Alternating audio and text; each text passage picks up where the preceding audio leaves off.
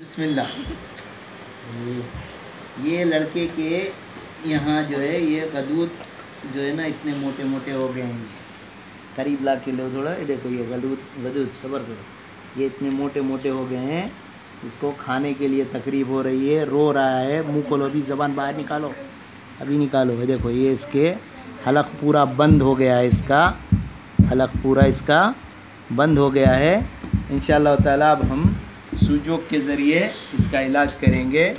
ये दाएं बाएं अंगूठे के अंदर ये दूसरा ये जो होता है, ये इसके अंदर ये दूसरा पोर जो है, इसके अंदर कोई भी कलम लेके आप जो है ना, ये कोई भी कलम लेके इस तरह से इसमें थोड़ा सा रोलिंग करें। इसमें ऐसे थोड़ा सा रोलिंग करें। रोलिंग करने के बाद में जो है ना, इस तरह से टेप के ऊपर जो है हब्बे सोदा के दाने, हब्बे सोदा यानी कलौंजी के दाने इस तरह से टेप पर चिपकाएं।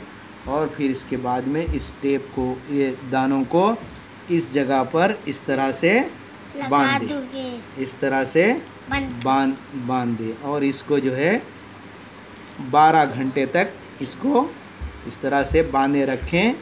इंशाअल्लाह ताला ये जो हलक का इलाज है सही हो जाएगा इंशाअल्लाह ताला।